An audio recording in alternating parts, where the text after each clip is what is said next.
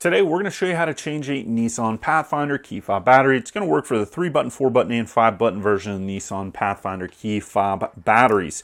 So in order to do this, you got to remove the existing spare key. There's a little lever here on the back. You're going to press up on that lever, pull out on the key, and that's going to give you access to the key fob. Now here it's very important, don't just put your screwdriver in and pry it in there.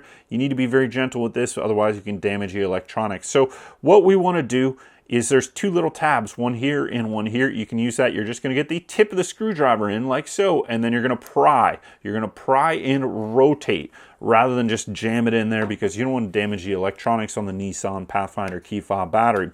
Now it's important to note these typically take a CR2032 battery. Sometimes they take a CR2025 battery. We've got links to both those in the description below if you're looking for those batteries. So let's check out and see what this one uses. It does have on the key fob, it'll tell you what it uses. This one uses a CR2032. You can probably see that right there.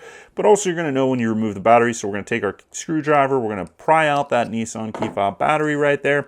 And this one is a CR2032 battery. Important to note, it has the plus side down, negative side up, and that is also shown on the description below there. So you're going to take this, you're going to put the plus side down, negative side up. You want to make sure you do that properly for the Nissan Pathfinder Key Fob battery.